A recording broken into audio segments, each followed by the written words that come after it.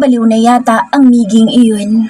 Binigyan niya ako ng bodyguards pero ayaw niya na tingnan ako ng mga ito. Napailing na lang ako at muling nagsimula na maglakad. Nang makarating sa classroom ay sinalubong kaagad ako ng dalawa. Naiwan sa labas ang bodyguards ko. Hindi na sila pwedeng pumasok kaya hanggang doon na lang sila.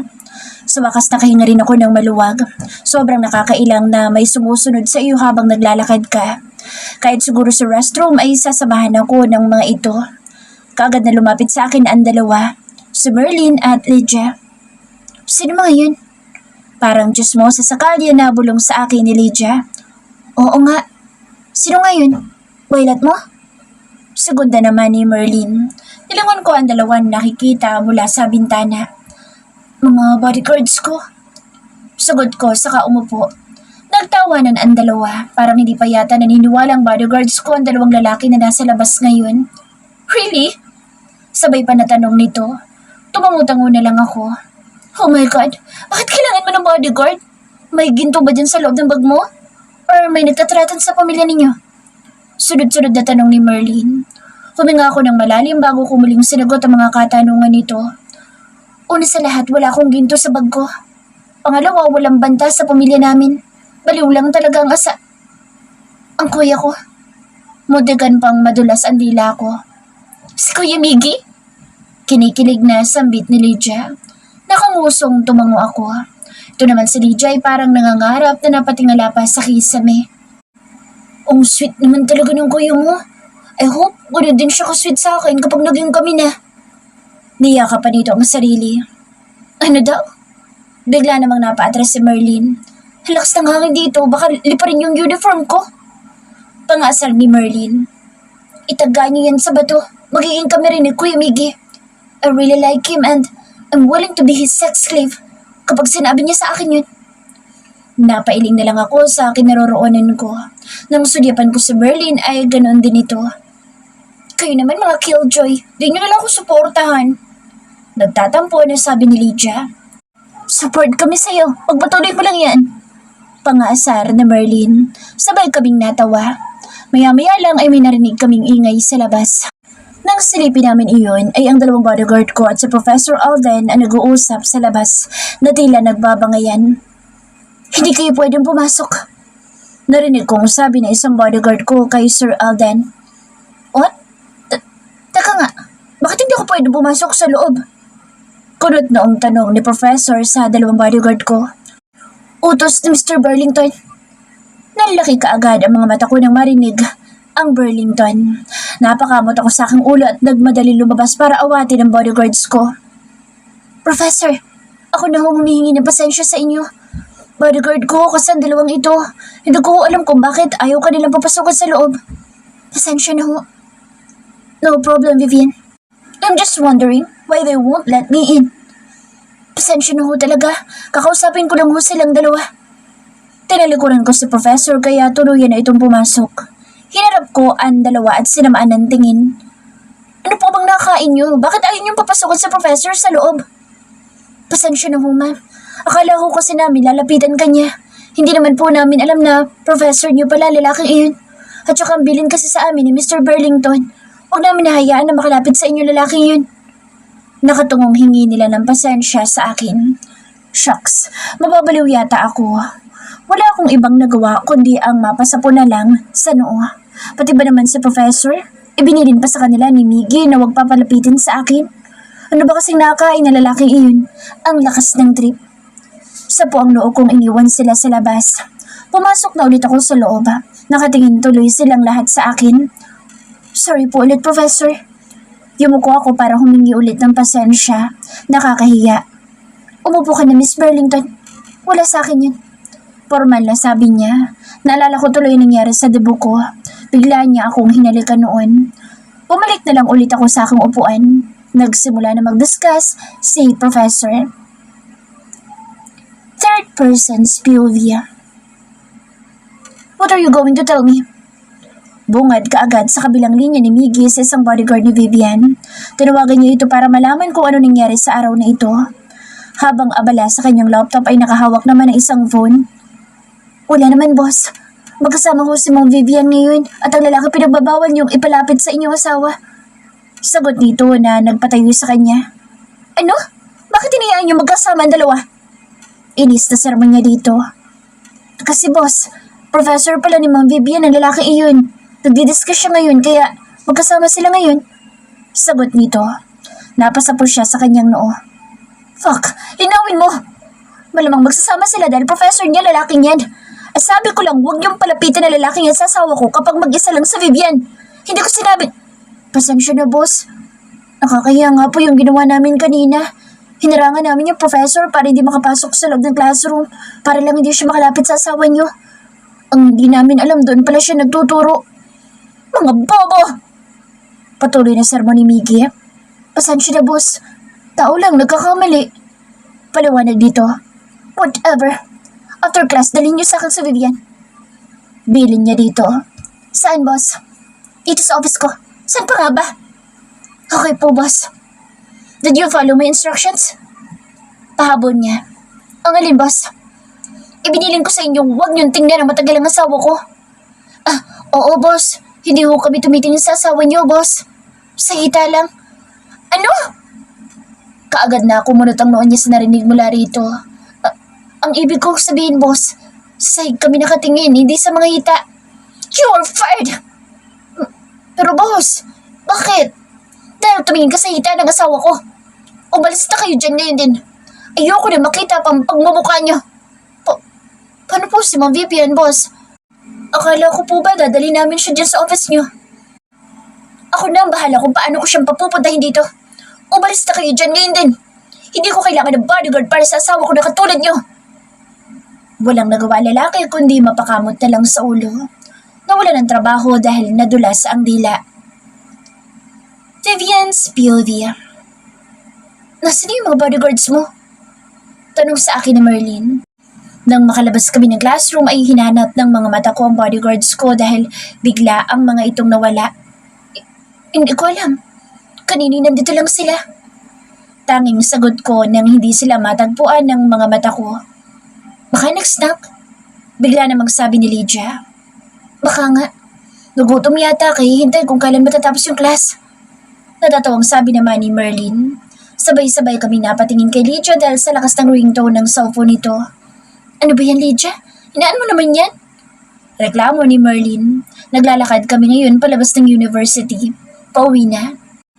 Si Miggy! Nanlaki ang mga mata ni Lydia at mumilog din ito nang sambitin ang pangalan ng asawa ko. Bakit ko ba kasi hinahayang pagpantasyahan nilang asawa ko? May magagawa ba ako? Di naman kasi nila alam kaya hinahayaan ko na lang. Baka sobrang pagkakagusto ni Lydia sa asawa ko ay patulan siya nito. Huwag naman sana siyang patulan ni Miggy. Yes, hello? Sagot ni Lydia. Nanatili lang ako nakikinig habang si Merlin naman ay kinukulot ang tagiliran ni Lydia. Talaga? Pupunta kami dyan ngayon? Halos maglulundag na sa tuwa si Lydia. Hindi ko alam kung bakit o ano ang kanilang pinag-uusapan. Sige, pupunta kami kaagad dyan. Muli ay tuwang-tuwa na sagot ni Lydia pagkatapos ay binaba ang phone niya. Anong sabi? Kaagad naman na tanong ni Merlin. Pinupupunta niya tayo sa office niya. Kitang-kita sa mga mata ni Lydia ang excitement. Bakit daw? Tanong ulit ni Merlin habang ako'y tahimik lang. Iniisip kung bakit pinapunta sila ni Miggy sa office. Hindi ko alam. Baka naman gusto na maligaw sa akin. Sagot ulit ni Lydia. So, paano? Maghihiwalay na tayo ng daan? Good luck na lang sa inyo. Sabi ko sa kanila at nag-iba na ng direksyon. Anong good luck? Hoy, kasama ka, bruha?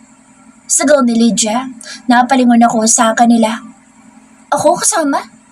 Turo ko sa akin sarili. Oo, kasama ka. Kayo na lang. Kayo lang naman yung pinupupunta, hindi ako kasama. Sagot ko sa mga ito at pumara na ng taxi. Hindi na nila ako napilit pa dahil kaagad ako sumakay ng taxi. Gusto ko pero masasaktan lang naman ako kapag sumama pa ako sa kanila. Halata naman na unti-unti nang pinapatulan ni Miggy ang kaibigan ko. Hindi niya naman siguro papupuntahin si Lydia doon kung wala siyang ibang dahilan. Hindi kaya liligawan niya si Lydia? Iniling-iling ko na lang ang aking ulo. Ayokong mag-isip. Nang maibaling ang aking paningin sa labas ng bintana ay nadaanan namin ang tindahan ng mga prutas. Nanubig ang aking bibig. Parang gusto kong kumain ng mga prutas na iyon. Kinilabit ko kaagad si Manong. Manong, pakababa po ako dito. Dito na lang po. Puminto ito sa saktong harapan ng stall. Mas lalong nanubig ang bibig ko nang malapitan ko mga prutas. May santol, manggang hilaw at hinog, guyabano, saging, tambis at kung ano-ano pa. Pumili ka lang, Iya. Ani ng tendera. Maraming namimili kaya minsay naapakan ng paa ko. Nang silipin ko ang wallet ko, nalungkot na lang ako dahil mukhang hindi ko mabibili ang lahat ng gusto ko. Pumili ka na. Libre ko na. Kaagad daw napalingon sa aking likuran nang marinig ang pamilyar na boses na nagsalita sa aking likuran. Hindi nga ako nagkakamali. Si Professor Alden yung nasa likuran ko. Professor Alden? Anong ginagawa niyo dito? Katulad mo, I want to buy some fruit. I was on my way home when I passed by this stall. Bagong stall yata ito kaya ngayon ko lang nakita. Mahabang paliwanag niya. Napangiti na lang ako. Ngayon ko lang din kasi napansin ito. Sa ilang araw ko nang dumadaan dito ay wala pa ito dati. Ngayon lang. Sige na, pumili ka na. Alam ko wala kang pera dyan. Pakiramdam ko inaasar niya ako. Meron ho akong pera. Santo lang naman ang bibilin ko. Pagsisinungaling ko kahit gusto-gusto kong bilhin na lahat ng klase ng prutas na nandito. Alam ko hindi lang santo lang gusto mo. Sige na, kumuha ka na lahat ng gusto mo. Sagot ko na lahat. Nakangiting sabi nito. Labas, ang nakatago niyang dimple sa kalawang pisngi. Akalain mo yun, ngayon ko lang napansin na meron pala siya nun. Nakakahiya naman sa inyo, Pwede mo naman akong tawagin sa ngalan ko, Vivian. Wala tayo sa school. Ayokong tinatawag akong professor kapag wala naman tayo sa klase. Seryosong sabi niya. Ganoon po ba? Sige na, kumuha ka na ng lahat ng gusto mo. Utang mo na lang ulit sa akin. Huwag kang mag-alala, kunti lang naman ang interest na hihingin ko sa utang mo. Pero dahil maganda ka, wala nang interes. Libre na. Nakangiting sabi niya ulit. Napangiti na rin ako. Kayo talaga, sir? Sige na nga po. Basta, utang ko ito sa inyo at pagka-graduate ko at nakahanap ako ng trabaho, babayaran ko kayo. No need, Vivian. Kung magiging asawa naman kita. Ha? Tila, natulala ako sa sinabi niya. Just kidding. Biglang bawi naman niya. Naginit ang pisngi ko at tila nag-blush pa yata ako. Kayo talaga, sir, puro kayo kalokohan. Ginawa ko na lang din biro ang sinabi niya para maibsan ang pamumula ng pisngi ko. Dahil wala akong hiya, talagang kinuha ko lahat ng klase ng prutas na binebenta sa stall na iyon. Satisfied? Tanong ni sir nang makapasok kami sa kanyang sakyan. Nagpresenta na naman ito na ihatid ako. Kahit anong tanggi kong huwag na ay nagpupumilit pa rin ito. Ay, baka makita na naman kami ni Miggy. Siguro naman hindi na mangingialam si Miggy dahil alam kong pinopormahan niya ng kaibigan kong si Lydia. Mas satisfied po kung makakain ko na itong lahat. Nakangiting sagot ko. Binuhay ni Sir Alden ang makina at pinarurot ng kanyang sakyan. Nang sulipan ko ang aking relo, 8:00 na ng gabi. Oh my God, ang bilis naman ng oras. Umalis kami sa school 6:30 tapos ngayon 8:00 na. Maraming salamat sa paghatid, sir. Kaagad na pasasalamat ko nang pagbuksan niya ako. You're welcome, Vivian. At least, I know you're safe. Ginitaan ko na lang ulit ito at nagsimula na maglakad papasok ng gate. Nag-wave pa ako sa kanya bago tuluyang pumasok. Nang sulipan ko ang supot na dala ko, kulang pala iyon. Kasi 2 supot yung hawaw kanina bago pumasok sa kotse ni Sir Alden. Naiwan ko sa loob ng sakyan ni Sir Alden yung isang supot. Napakamot na lang ako ng ulo nang makitang santol pa talaga yung naiwan ko. Yun pa naman yung pinaka-cravings ko. Pagpasok ay dumiretso ako sa kusina para magbalat ng mangga. Wala yata si Manang Lucy. Nasaan kaya siya? Natapos kong balatan ng mangga ay may narinig ako mga yapak palapit sa kinaroroonan ko. Nang lingunin ko, likuran ko ay tumambad sa aking harapan si Miggy. Mukhang kauwi niya lang. Ikaw pala. Formal na sabi ko sa kanya. Gusto mo? Alok ko sa kanya ng mangga. Nakakunot ang noon itong nakatingin sa akin. Bakit hindi ka sumama sa mga kaibigan mo? Kunot ang tanong niya sa akin. Mas lumapit pa siya sa kinaroroonan ko. Hindi naman ako tinawagan mo kaya bakit pa ako sasama sa kanila? Kung si Lydia lang naman ang gusto mong papuntahin doon. Mas lalong kumunot ang noon niya. Nag-isip ka ba? Ang obog mo talaga. How can I call you if you don't have a cellphone? Sometimes you should use your brain. He said, annoyed. Anong ibig mong sabihin? Hindi ba maliwanag sa'yo na ikaw ang gusto kong pumunta sa office ko? Iiling-iling na sabi nito sa akin. Mas lumapit pa siya sa akin hanggang sa nasa harapan ko na siya. Tinitigan niya ako. Umaba ang paningin niya sa uniform ko. Wait, ngayon ka lang? Oo, kasi napadaan ako sa stall ng mga prutas. Sino kasama mo? Ako lang. Kailangan ko magsinungaling dahil baka saan na naman naabot kapag sinabi ko si Prof ang kasama ko. Oo nga pala, itatanong ko nga pala sa'yo kung bakit biglang nawalang bodyguards ko. They are useless. Idiots. I fired them. Tinanggal mo ka agad? Napakawala mo naman talagang puso. Bigla naman ako naawa sa mga iyon. Kahit ayoko na magkaroon ng bodyguards ay nakakaawa pa rin kasi bigla na lang silang tinanggal. Ano? Kasi tinanggal mo ka agad. Paano na lang yung sasahuri nila? Nag-aalala ka sa dalawang yun? Suberyoso ang kanyang muka. Hindi naman sa nag-aalala. Paliwanag ko. I don't want to waste money on someone who just stares at my wife's thigh. What do you mean? Napak-slow mo. Pagkatapos mong kumain, follow me to our room. I have something to give you. Don't take too long. I don't want to wait. Maotoridad na sabi nito sa akin. Pinagmasdan ko lang ang likuran niya habang naglalakad palayo sa akin. Ang ipinagtataka ko kung bakit nagtagal ang aking paningin sa kanyang pang-upo. Mahinang sinampal-sampal kong aking sariling pisngi. Nakahawa na yata sa kamanyakan ng mga mata ko. Pagkatapos kong kumain ng mangga ay sumunod din kaagad ako sa kanya. Pinaalala niya na nga sa akin na huwag magtagal. Baka kung ano na naman ang mapala ko kapag nagtagal pa ako. Papasok na ako sa kwarto. Nanuod sa ilong ko ang amoy ng kanyang pabango. Ganito kabango ang asawa ko. Sa buong sulok ng kwarto namin halos pabango niya lang ang naaamoy ko. Lumabas ito mula sa banyo ng half naked. Tagal mo? Sabi niya. Naglakad itong palapit sa side table. May kinuha siya roon na isang maliit na box na kulay red. Ano nga palang sasabihin mo?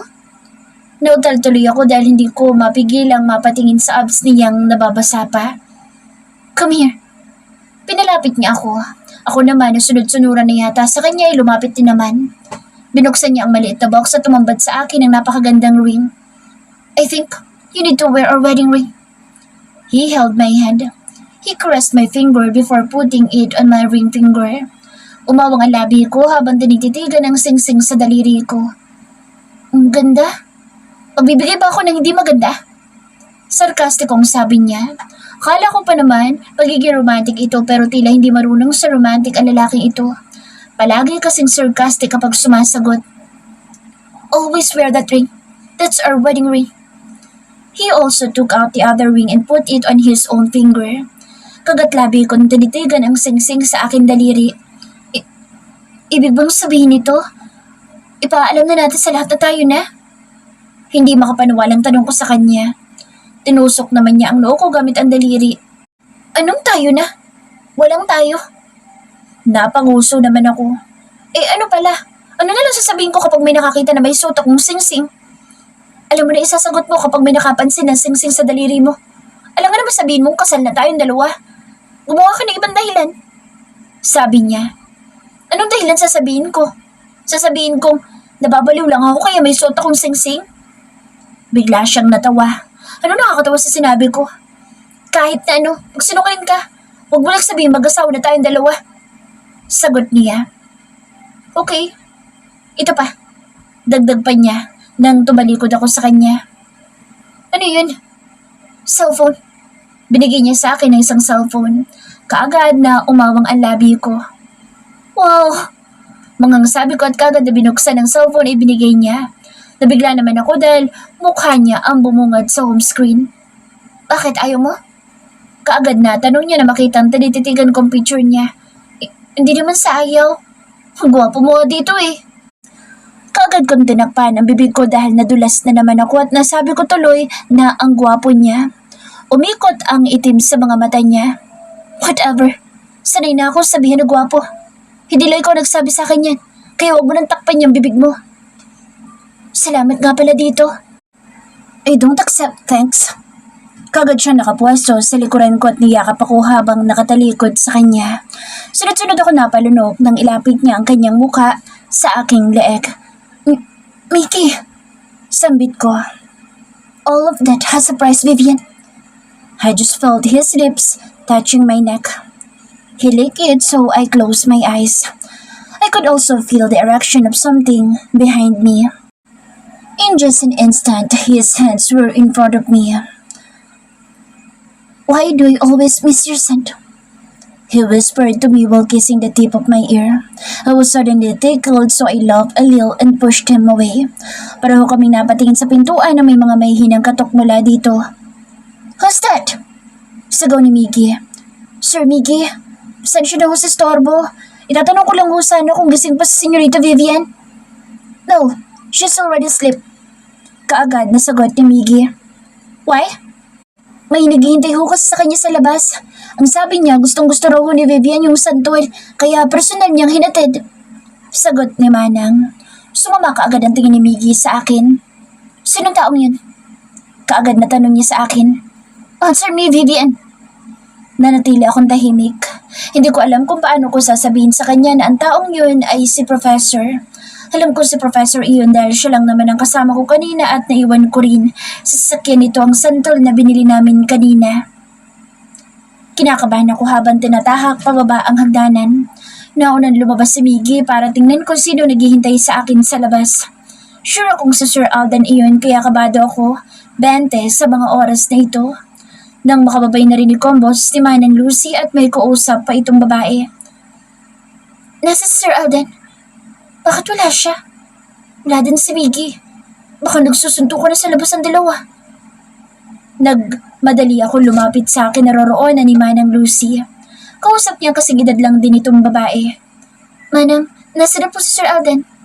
Tanong ko kaagad kay Manang. Kahit hindi ko alam kung siya ba talaga ang bisita pero sure akong siya iyon dahil siya lang naman ang kasama ko kaninang bumili ng prutas. Ngumiti ang babaeng kausap ni Manang. Ako po yung pinahatid ni Senyorito Alden, ma'am.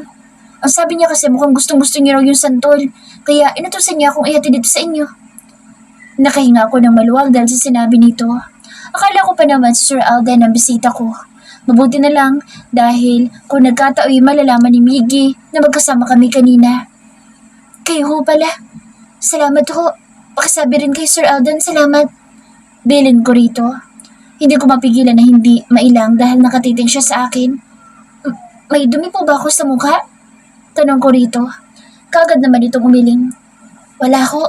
Napatitig lang ako sa iyo kasi ang ganda mo. Hindi pala talaga nakapagtataka na masyadong nag-aalala sa inyo, senyorito ko. Nag-aalala siya baka hindi kayo makatulog dahil sa santol. Kaya pinatid niya sa akin kasi naging busy na siya pagdating sa bahay. Napakaganda mo pala, Iha. At mukhang napakabait pa. Komento nito. Ninitian ko ito. Salamat ho. Nahiya tuloy ako. Nagmana kasi yan sa akin. Sabat naman ni Manang Lucy. Nagtawanan ang dalawa. Maya-maya lang din ay nagpaalam na itong umuwi. Nang makalabas ito ay kagad ko tinanong si Manang kung nasaan si Miggy. Ang sagot naman ito ay umalis daw ito. Nagmamadali na tila ba may importanteng lakad. Mabuti na lang po, Manang. Hindi na nagtanong si Miggy dun sa bisita. Tanong ko rito. Hindi na rin naman. Nang bumaba kasi siya may kausap na sa phone kaya hindi ito natuloy na humarap sa maid ng professor mo. Paliwanag ni Manang. Yun pala nangyari. Mabuti na lang talaga. Basta Manang, kapag tungkol kay professor, sip lang natin yung bibig natin ha. Alam niyo po kasi si Miggy, galit na galit yun dun kay professor. Pinaalalahanan ko si Manang. Nakalimutan niya yata sinabi ko sa kanya noon. Okay, Iha. Nagasip lang naman ang bibig ko. Sumayanyas pa ito. Umupo na muna ako sa couch at binuksan ng TV. Manonood na lang muna ako bago ako umakyat para matulog. Meron naman TV sa master's bedroom kaso mas feel kong manood dito. Hindi ka pa ba matutulog, Iha? Nilingon ko si Manang. Hindi pa po, Manang. Manonood lang po muna ako dito sandali. Pasigaw na sagot ko dahil medyo nakalayo na ito. Hihintayin mo lang asawa mo eh. Panunokso naman ito. O siya, ako'y matutulog na. Payawan na kita. Paalam nito sa akin bago tuluyan na tinahak ang hagdan. Third person's POV. Alas 11 na ng gabi, nakauwi si Miggy galing sa construction site. Kasi simula pa lang nang pinapagawa niyang fast food. Kanina lang iyon nagsimula ngunit meron daw nanggugulo sa construction site. Isang pamilya na inaangking muli ang lupa kahit nabayaran niya na mga ito. at nabili niya na ito sa mga taong nakatira sa lugar na patatayuan niya ng fast food. Pag-uwi niya sa bahay, nasa sala na siya nang masilayan niya ang isang babaeng natutulog sa couch. Open pa ang TV kaya kinuha niya ang remote para patayin ito. Nang masilayan niyang si Vivian ang natutulog sa couch, napailing siyang nilapitan ito. Bakit ba kasi dito ka nanonood ng TV? Meron naman sa kwarto. Iiling-iling na pinagbastan niya ang maamang mukha ng dalaga. Ama, nakapikit ngunit sambit ng dalaga. Tila nananaginip. Sino po ba talagang totoo kong magulang?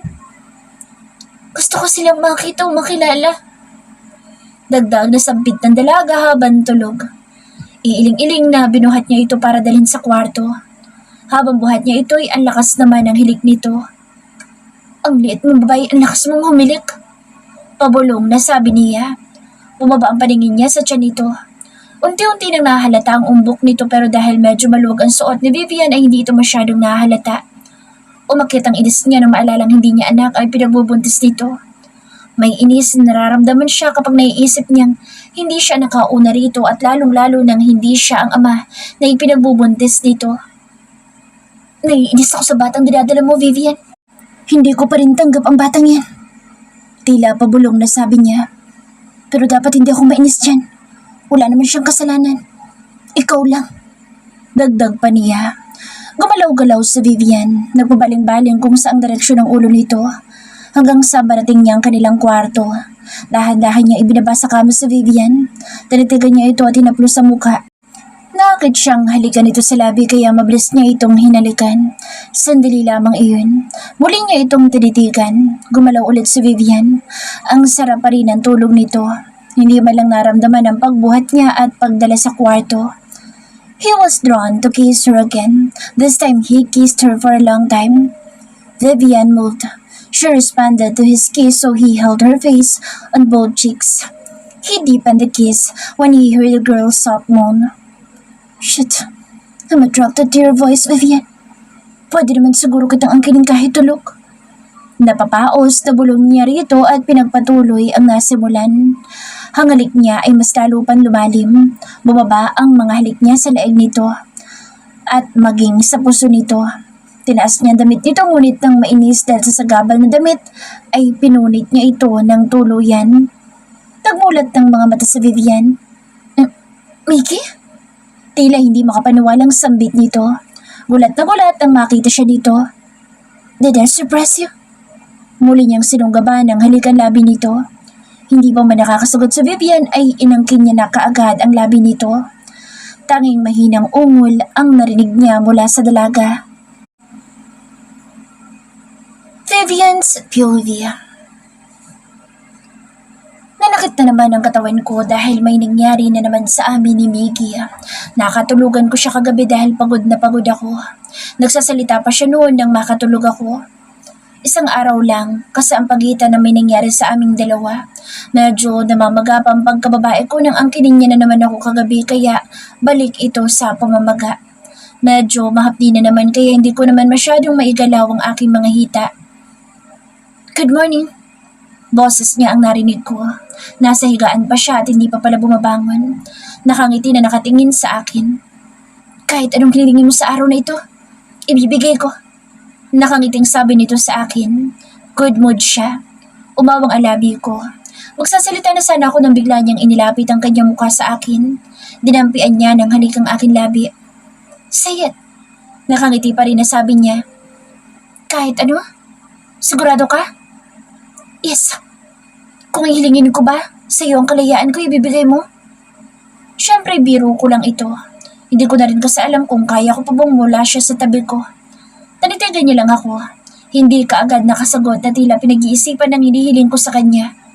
Umusog itong palapit sa akin. Is that what you really want? Seryosong bulong nito sa akin. Kumurap-kurap na ilang beses ang aking mga mata. Mukhang palalayain niya nga ako. Tumangutango ako. Kasunod naman noon ay ang pagtawa niya. Siyempre, hindi kita palalayain. Asawa kita, bakit kita palalayain? Kinabig niya aking bewang.